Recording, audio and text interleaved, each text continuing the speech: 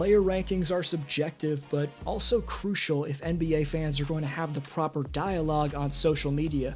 On Twitter mostly, but really every social media platform, you have your Harden, Durant / Kawhi stans, your Curry diehards, your strictly Skip Bayless watching casuals, and of course, your bronzexuals. All of those groups will tell you their favorite player is the best in the league, and if you disagree with that, their response goes a little something like, "What you just said is one of the most insanely idiotic things I have ever heard.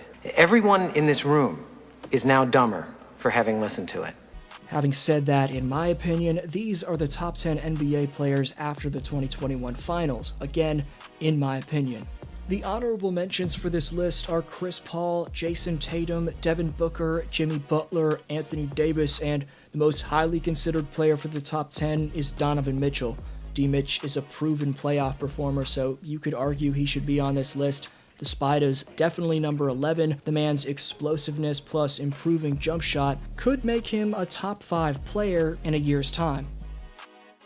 Number 10, Joel Embiid. If Ben Simmons played half decent, maybe Chuck would have given the 76ers a guarantee.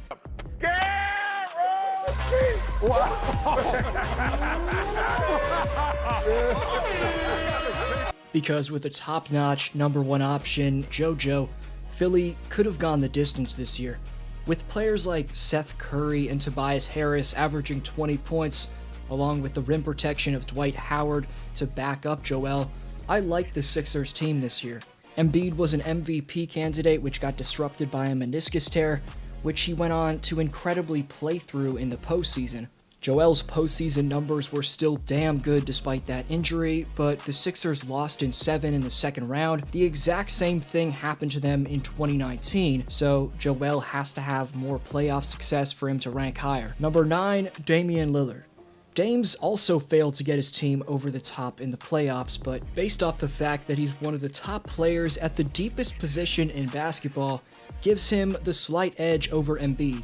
Also, we can't forget about Dame time. Portland's franchise player has been the clutchest player in the league for a while now. He's on the trading block after saying in an interview that he's, quote, done everything in Portland, so it'll be interesting to see if Dame's in a new jersey by the start of the season. Number 8, James Harden. The Beard's hamstring injury kept him out for the majority of the 2021 season and playoffs, but he did return for the last few games of the Nets series against the Bucks. However, Harden was clearly impacted by a serious hamstring injury and looked like a shell of himself. With his passing combined with the generationally great shot creating, Harden would usually be in the top 5, but after a rocky exit from the Houston Rockets and an injury-plagued campaign, the number 8 ranking felt like the right spot for the former MVP. Number 7, Luka Doncic. Embiid has Harris and Curry next to him. Lillard has another all-star caliber player next to him in CJ McCollum. Luka has Porzingis and Tim Hardaway Jr. That's about it. Still, Luka got the Mavericks 1 win away from upsetting Paul George and Kawhi Leonard and moving on to the second round. In that 7-game series versus LA, Doncic passed Kareem and LeBron for the most playoff triple-doubles before the age of 23. The Slovenian sensation has earned the reputation of a superstar and a top 10 player. Now, all Doncic needs is some talent around him so he can move up the ranks. Number 6, Nikola Jokic.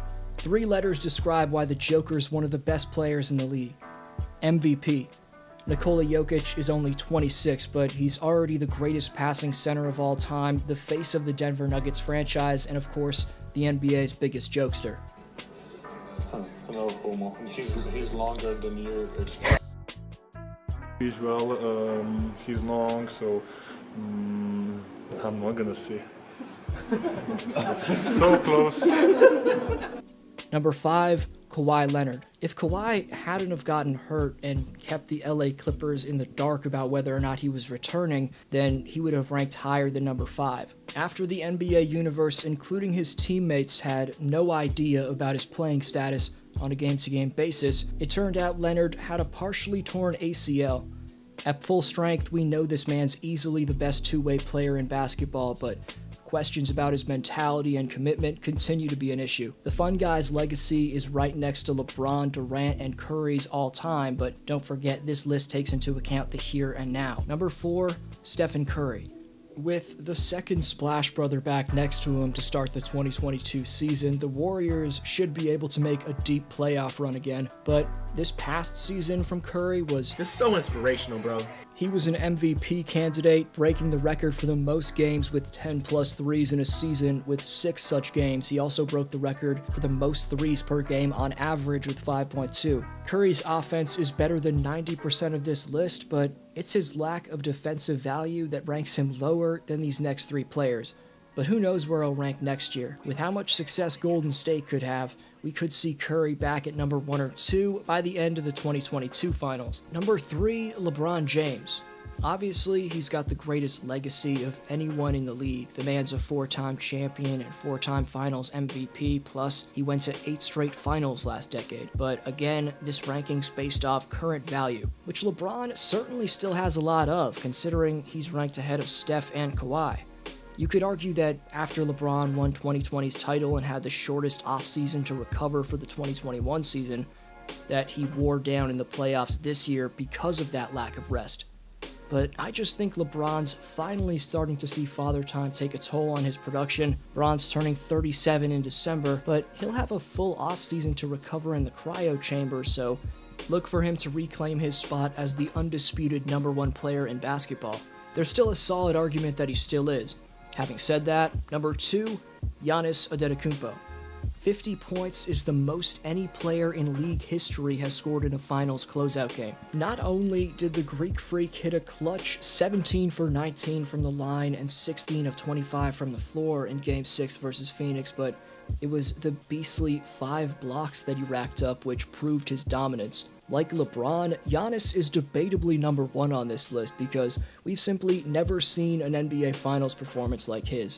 The man's the greatest slasher of this generation, one of the best vocal leaders in the game, and he's also a dominant post-up player. But even Giannis would tell you that number 1 is Kevin Durant. I said a couple days ago he's the best player in the world. He's still the best player in the world. And we know coming into this series that we had to do it as a team. There's a reason why Nets coach Steve Nash became a meme for hugging Durant. KD laid everything out on the line and more in the 2021 playoffs. Kyrie was out, Harden was completely injured, yet the Nets got 1 overtime period away, 1 shot away from beating the eventual championship-winning Milwaukee Bucks.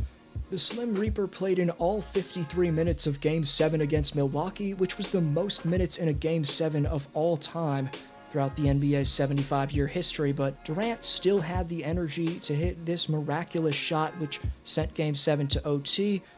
Here is Durant moving on Tucker. He turns, he shoots. Yes!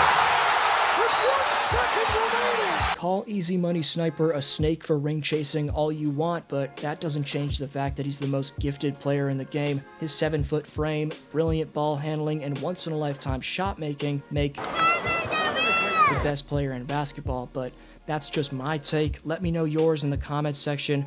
Leave a like to help this video reach more people, and subscribe to the channel if you haven't already. This was D-Flow, have a great one, and I'll see you next video.